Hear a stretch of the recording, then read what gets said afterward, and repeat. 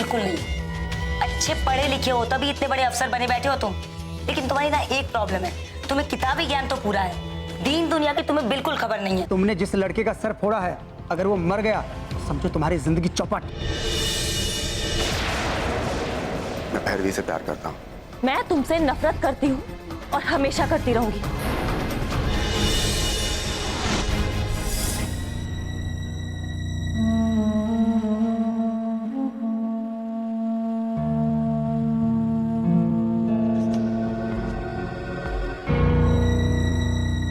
नंदिनी दी, वो पुलिस ललित को कहाँ ले जा रही है?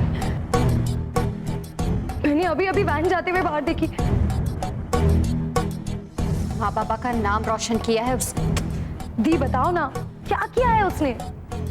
अपने दोस्तों के साथ मारपीट करके आया है वो। सर फाड़ दिया है उसने किसी का। माय गॉड दी, अब क्या होगा? दी, माँ बाबा कहाँ है?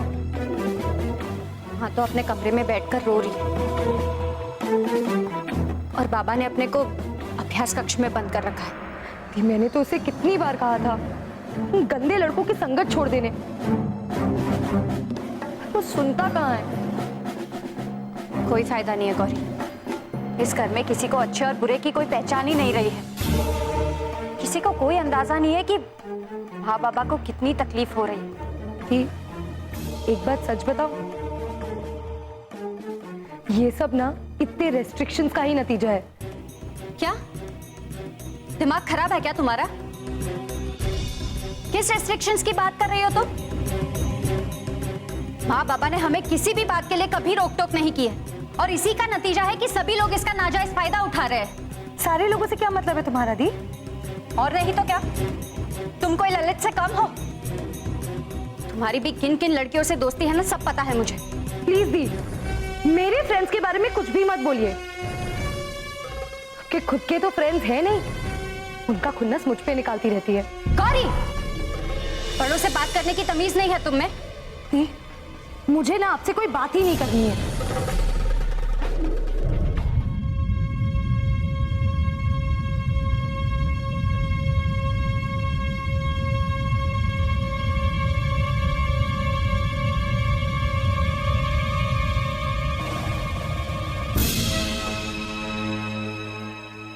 किसी को माँ बाबा की कोई परवाह नहीं, सभी लोग अपनी अलग अलग राह पर चल रहे हैं। उनकी वजह से मुझे शर्मिंदा होना पड़ता है बाबा के साथ। नजरें नहीं मिला पाती मैं बाबा से।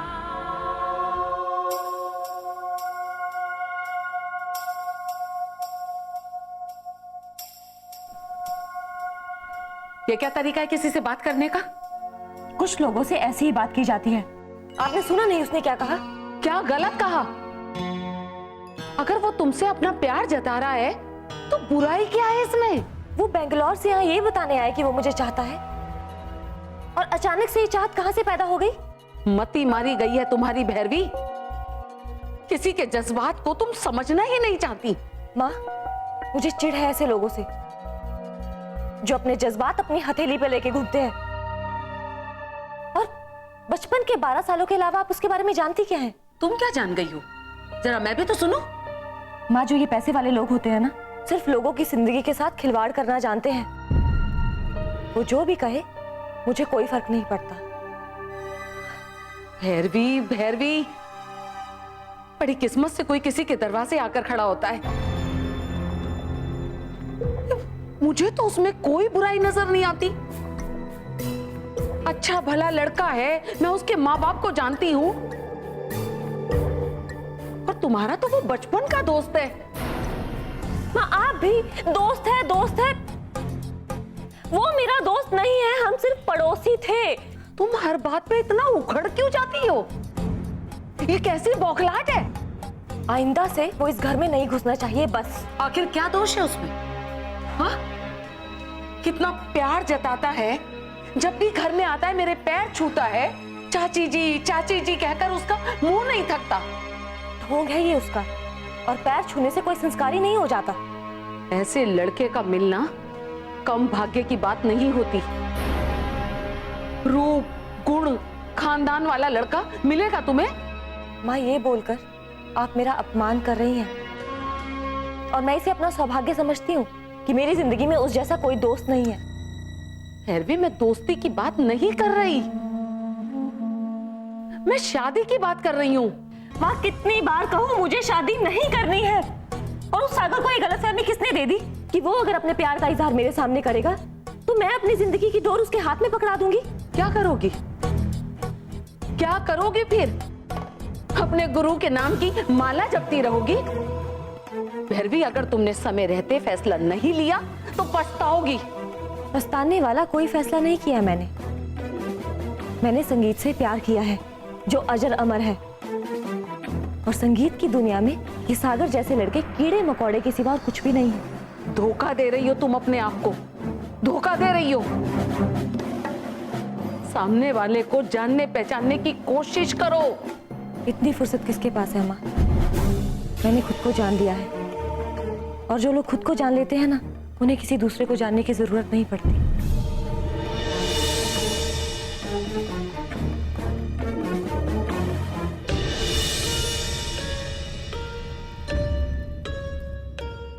पछताने वाला कोई फैसला नहीं किया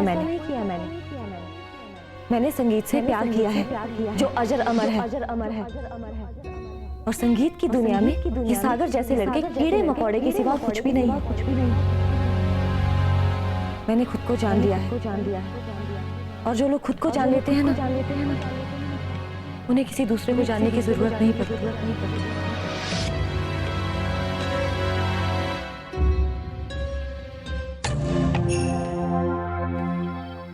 नंदिनी, क्या हो तुम परेशान क्यों लग रही? यहाँ तुम परेशान खड़ी हो, वहां अंदर मार हो रही है। अचानक हो क्या गया सबको यहाँ? ललित को पुलिस पकड़ कर ले गई है। क्या? पर क्यों? क्या किया उसने ऐसा? माँ कह रही थी कि कुछ दोस्तों के साथ उसने मारपीट की है। किसी का सर फोड़ कर आया था वो। ये बात बाबा को पता है क्या? ऐसी बातें छिपती है। और वैसे भी अब तो सारे मोहल्ले को पता चल गया है कि इस घर में पुलिस आई थी। अब तुमको क्या हुआ? भैया, ऐसा लग रहा है जैसे ललित के किए का सारा गुस्सा मुझ पर ही निकल रहा है। ऐसा लग रहा है जैसे मैंने उसे बोला जाओ जाकर मारपीट के आओ। ऐसा तो मैंने कुछ नहीं कहा। मुझे आपसे बात ही नहीं करनी थी। जब मैंने ऐसा कुछ कहा ही नहीं है तो क्यों फालतू में ड्रामा कर रही है? दी, आपके लिए तो सब कुछ ड्रामा ही है। गौरी प्लीज शांत हो जाओ। ऑलरेडी इतनी टेंशन चल रही है घर में, प्लीज आपस में लड़ना बंद करो कम से कम। एक काम कर कबीर, तू ही इससे पूछ कि ये रो क्यों रही है। रिलैक्स। क्या हुआ है? क्या बात है बताओ। भैया, मैंने माँ से सिर्फ इतना कहा कि रोइए मत, पर वो तो मुझ पर ही बरस पड़ी। कहने लगी कि हम सब उनके जान के दुश्मन बन चुके हैं। तो इसमें गलत क्या कहा उन्होंने? और ललित की तरह तू भी तो दिन रात अपने दोस्तों के साथ घूमती रहती है ना, पता नहीं है क्या मुझे?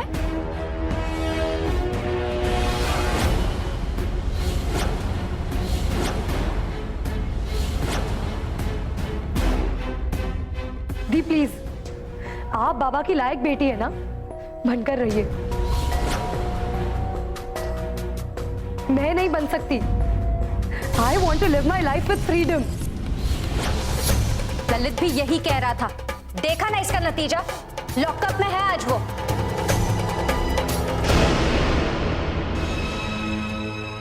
पता नहीं पुलिस उसके साथ क्या सलूक कर रही हो।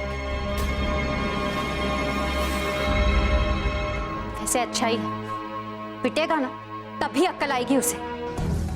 भैया, देख रहे हैं आप इन्हें? सुना इन्होंने क्या कहा? ये है बाबा की अच्छी बेटी। इनके हिसाब से ना घर पे हम सब नालायक है, बदमाश है, बदतमीज है हम सब। शांत रहो तुम लोग प्लीज। नंदिनी, बाबा से जाके बात करो प्लीज। अरे हमें ललित को छुड़ाना होगा।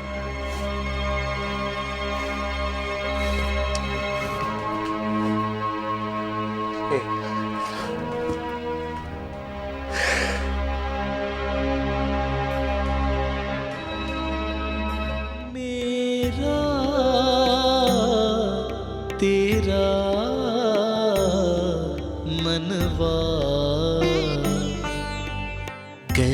कैसे एक हो मेरा तेरा मनवा, कैसे एक हो रे।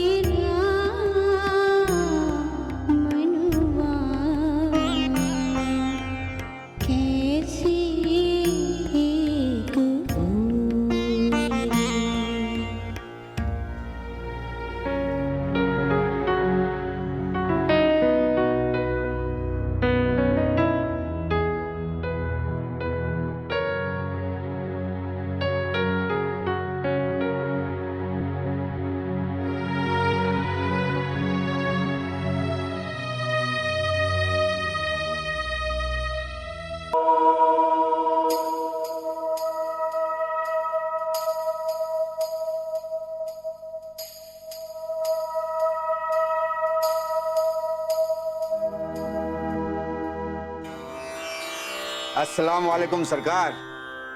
वालेकुम सलाम जावेद साहब। अरे वहां कहाँ बैठ रहे हैं? हमारे पास बैठिए। यहाँ। शुक्रिया शुक्रिया। जावेद साहब, हमारे घर के हालात क्या बिगड़े? आपने भी आना जाना बंद कर दिया।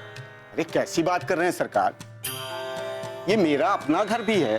बेशक ये घर आपका है, इसीलिए तो हम कह रहे हैं कि आप आते जाते रहिए। हमें अपने घर में भी घुटन लगने लगी है। क्या कह रहे हैं सरकार? अरे आप तो वो पेड़ हैं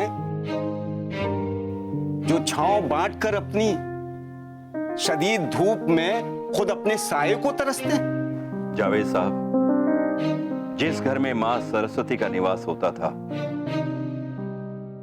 वहां अपराधी पलने लगे हैं। इस सरकार आप अपनी दुनिया में रहो, ये नौजवान खून है, इन्हें अपनी मनमानी करने दो। जावेद साहब, हम भी तो कभी जवान थे, हमने तो कभी ऐसा कुछ। अरे सरकार वो दौर और था, ये दौर और है। ये जो तब्दीली का पहिया है ना, बड़ी तेजी से गर्दिश में जा रहा है। जावेद साहब, आपसे एक बात कही, हमने सुबह की सैर पे जाना बंद कर दिया है।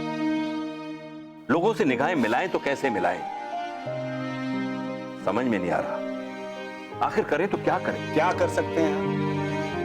क्या कर सकते हैं? फरमान से पेड़ों पे कभी फल नहीं लगते, तलवार से मौसम कोई बदला नहीं जाता। जावेद साहब, जिंदगी में एक तूफान सा आ गया है। आप एक हवा के झोंके को तूफान कह रहे हैं? अरे हाँ, अरे सरकार, इसी महीने में तो वो आपकी वो संगीत संध्या जो सालाना करते हैं वो होती है ना? भूला नहीं हूं, बिल्कुल नहीं भूला हूं जावेद साहब। वो संगीत संध्या हमारे पिताजी की बरसी पे होती है, उनकी पुण्यतिथि पर, जो कि कल ही है। कल है? और अभी तक आपने कोई इंतजाम नहीं किया? जावेद साहब, मौजूदा हालत में दिल ही नहीं कर रहा। मन तो सांस को पकड़ते ही और लोगों को देखते ही हो जाएगा। अगर आप ललित को लेकर परेशान है ना, तो वो परेशानी आप मुझ पे छोड़। लोग क्या कहेंगे? बेटा लॉकअप में है और मैं मैं अभी पुलिस स्टेशन जा रहा हूं और उसकी जमानत का इंतजाम करवाता हूं। आप ये बताइए कि इंतजाम क्या करना है? लोगों को निमंत्रण भेजना है, बाकी सब तो हो ही जाएगा। तो आप ये कीजिए, मैं अभी पुलिस स्टेशन जाता हूं और सुबह ना उसके जमानत का इंतजाम करवा दूंगा, और मैं माधव के साथ बैठ के ना यहाँ का सारा तामझाम देख लूंगा। बस आप ना ये गायकी का मन बना के रखिए। सरकार, ये बहुत खूबसूरत सिलसिले हैं, कभी खत्म नहीं होने चाहिए। क्या भरोसा है जिंदगानी का, आदमी बुलबुला है पानी। वाह जावेद साहब, वाह। शुक्रिया। क्या भरोसा है जिंदगानी का, आदमी बुलबुला है पानी का। वाह, मजा आ गया। अच्छा तो मैं चलता हूं। खुदा खुदा।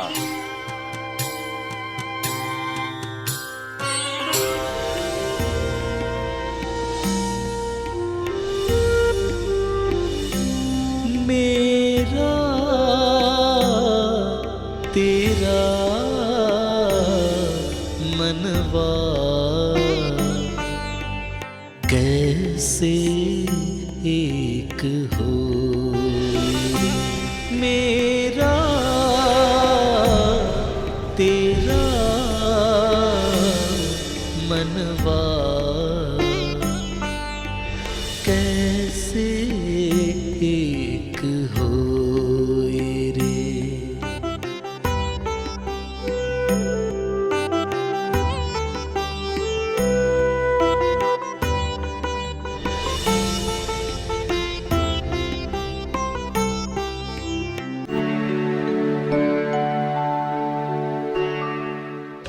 मुझे माफ कर दो माँ, आज के बाद कभी भी ऐसी गलती नहीं करूंगा।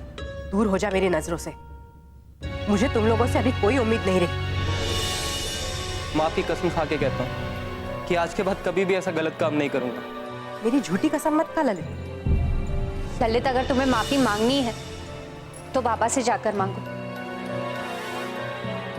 वो बहुत दुखी है। नंदिनी, इससे क्या कह रही हो? ये तो चाहता ही है कि इसके माँ बाप हमेशा दुखी रहे। हमें परेशान करने के लिए इसका जन्म हुआ है। अरे माँ, हो गई गलती। आज के बाद कभी भी ऐसा गलत काम नहीं करूंगा। हमारी परवरिश को क्यों कलंकित किया बेटा? ना तेरा पढ़ाई में मन लगता है, ना घर में। बस दिन भर बाहर आवारागर्दी और मारपीट। इसके अलावा भी बहुत कुछ करता है ये माँ। बताया था ना आपको सब कुछ। दी आप तो, मैं और क्या करता हूँ? सब पता है मुझे। तुम लोग अभी बच्चे नहीं हो। कान पकड़ के एक थप्पड़ लगाओ। अपना भला बुरा अगर नहीं समझते हो तो हमारे पास रोने के अलावा कुछ नहीं बचता। जा यहां से, कोई बात नहीं करनी है मुझे तुझसे।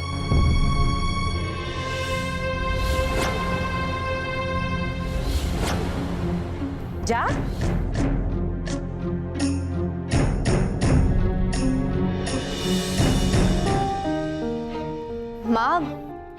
माँ इसे छुड़ाया किसने?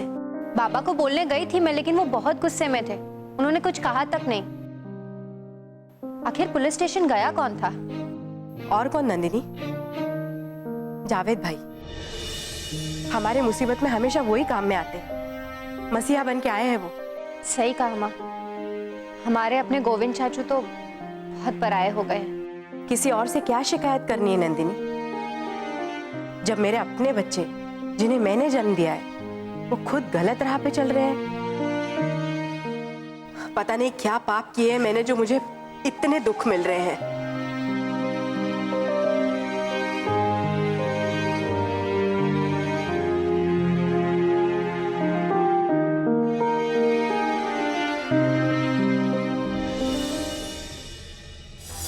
तुम्हारे मेरे ड्रीम्स सब बिखर जाएंगे। प्रॉब्लम तुम्हारी थी कबीर। मेरा तो सब कुछ सेट था ना, सारी चीजें सेट थी। मम्मी पापा तक कन्विंस हो गए थे, लेकिन तुमने, सिर्फ तुम्हारी वजह से सारी प्लानिंग खराब हो गई Kabir. It's all because of you. मेरा बैड लक तुम्हारे ऊपर भी आ गया। कितना बदकिस्मत इंसान हूं ना मैं। तुम्हारी बदकिस्मती ने मेरे सारे रास्ते बंद कर दिए।